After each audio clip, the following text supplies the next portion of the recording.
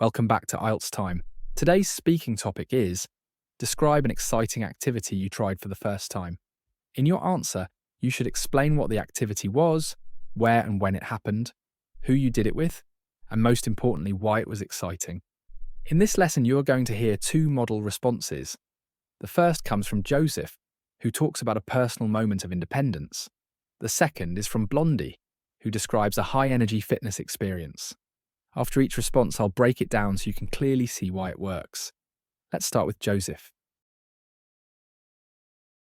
An exciting activity that I tried for the first time was driving a car on a highway completely on my own. I did this about a year ago, shortly after I got my driving license. It took place on a busy highway just outside my city, which connects several suburbs and usually has heavy traffic, especially during the day. At the time, I had plenty of experience driving on quiet local roads, but I had always avoided highways because of the high speed and the pressure of sharing the road with experienced drivers. Although I was alone in the car, my father played an important role in this experience because he had spent weeks helping me practice and encouraged me to challenge myself when I felt ready. What made this experience so exciting was the intense mix of fear, responsibility, and independence. In the beginning, I was extremely nervous, constantly checking my mirrors and worrying about making mistakes. However, after a while, I started to relax and feel more in control, and I even began to enjoy the smooth flow of traffic. By the time I reached my destination, I felt proud of myself because it marked a major step toward becoming more confident and independent as a young adult. That sense of achievement is what made the experience truly exciting and memorable for me. So that was Joseph's response. Let's break it down. Joseph answers every part of the cue card very clearly. He explains what the activity was. Driving alone on a highway for the first time. He tells us when and where it happened. About a year ago, on a busy highway outside his city. He explains who was involved. Although he was alone in the car, his father's support and preparation played an important role. And finally, he clearly explains why it was exciting, focusing on the emotional shift from fear to confidence and independence. Joseph's response follows the structure set out in the cue card, which helps keep his answer clear and organised. Like any strong response, he addresses each required point directly, making it easy for the listener to understand what happened and why the experience mattered to him. He also uses strong, natural vocabulary. Phrases like smooth flow of traffic show accurate topic-specific language. The expression marked a major step toward is a sophisticated way to describe a life milestone. And describing his emotions as an intense mix of fear and responsibility adds depth and precision to his answer.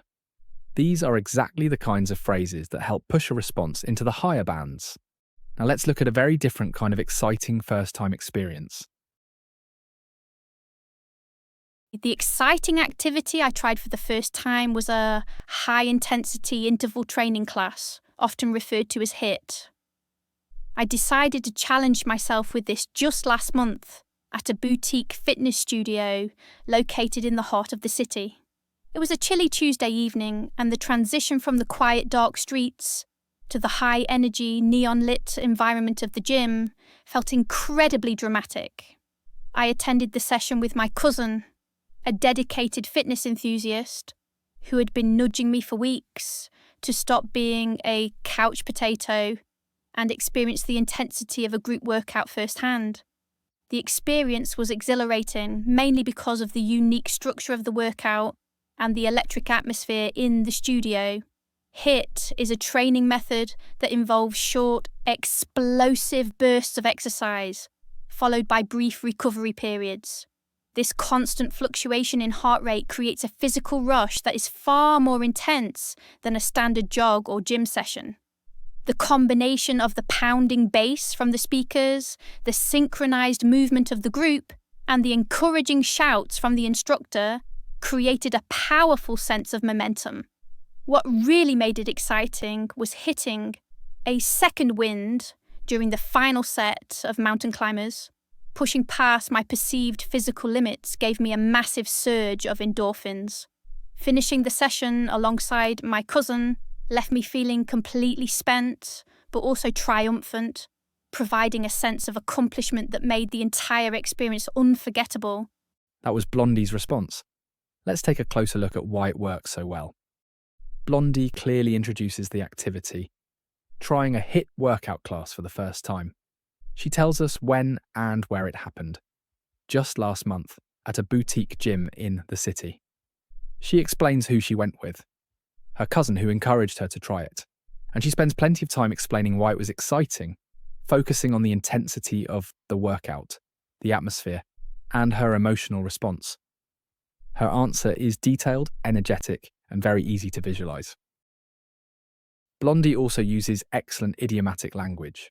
The phrase couch potato adds personality and sounds very natural. Second wind is a perfect idiom for describing a sudden burst of energy. And choosing triumphant instead of simply happy shows strong vocabulary control. These small choices make her response feel confident and fluent. So as you can see, an exciting activity can mean very different things to different people. If neither of these examples feels right for you, that's completely fine. Let's look at some other strong ideas you could use. One strong option is to talk about the first time you travelled alone to a new place. For example, you might describe taking a solo train trip to a nearby city. You could explain when and where it happened, what it felt like to navigate stations and unfamiliar streets on your own, and how exciting it was to make decisions independently without relying on anyone else. This type of story works particularly well because the excitement comes from a mix of uncertainty and freedom, and it allows you to describe a clear emotional shift from nervousness to confidence. You could also choose an activity that involves learning a new physical skill, such as trying indoor rock climbing for the first time. In this case, you could describe walking into the climbing gym, putting on safety equipment, and feeling intimidated by the height of the walls. The excitement naturally comes from the physical challenge itself.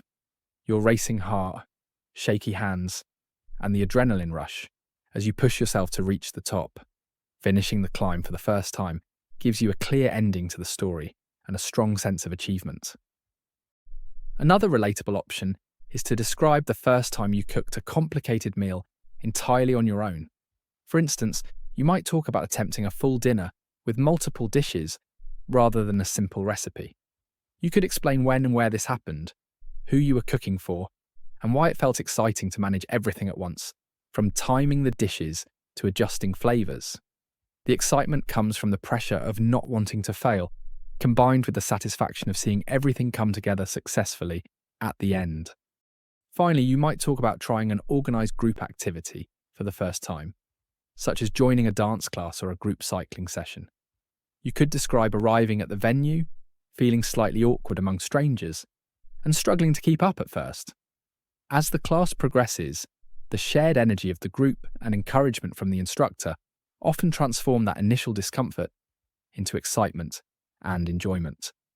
This type of experience works well because it combines social interaction, physical movement, and a clear emotional journey. Ultimately, an exciting activity doesn't have to be extreme or dramatic. What matters is that it was meaningful to you and that you experienced it for the first time. If you clearly describe what happened and how your feelings changed, you'll have a strong and convincing answer. Thanks for watching. If you found this lesson useful, feel free to leave a like or a comment below. I'll see you in the next video.